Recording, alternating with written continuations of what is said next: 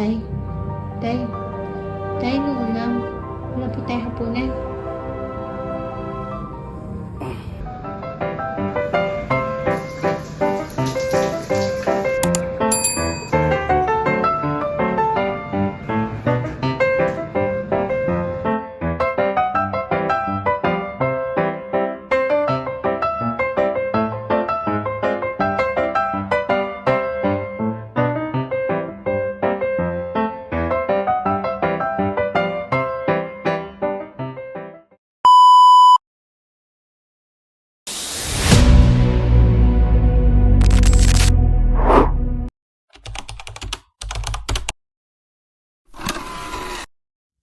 Dahil nga wala pa kaming ulam, for today's video, gagawa naman ako ng menudo.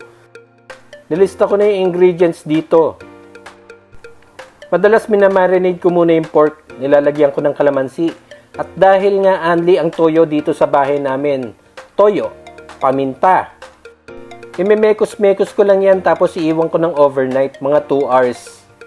Nung sinipag na akong magluto, ginisa ko na yung sibuyas, tapos bawang. Sinubukan ko ring igisa yung tomato paste gaya ng napanood ko. Saka ko nilagay yung pork na minarinade ko overnight.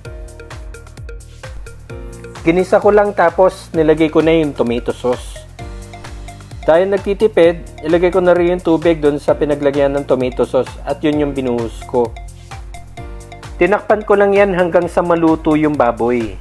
Nung medyo natutuyuan, nilagyan ko pa ng tubig. At nilagyan ko ng laurel.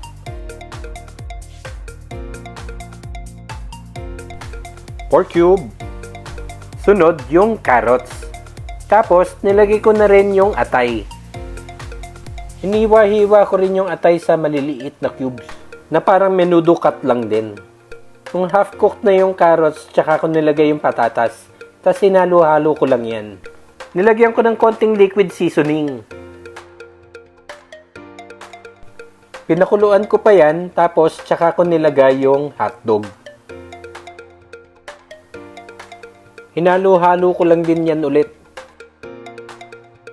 Tapos nilagyan ko ng paminta, konting asin, at asukal para pambalanse sa lahat ng alat na nilagay ko. Bago tuluyang maluto, nilagay ko na yung green peas. Saka ko binudburan ng keso. Yan yung magpapalapot pa sa menudo.